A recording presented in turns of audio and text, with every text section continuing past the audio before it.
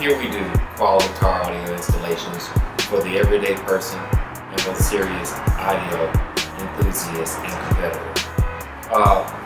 Today, you all have had the chance to witness some of the work that we've done on a 1996 Cadillac Eldorado.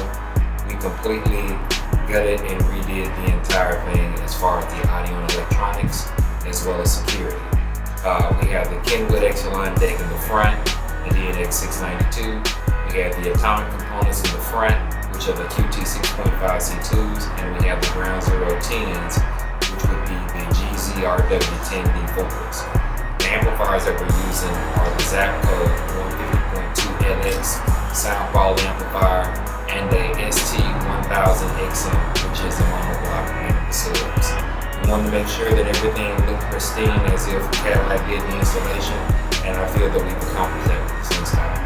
Hope you all enjoyed it. Thank you very much for your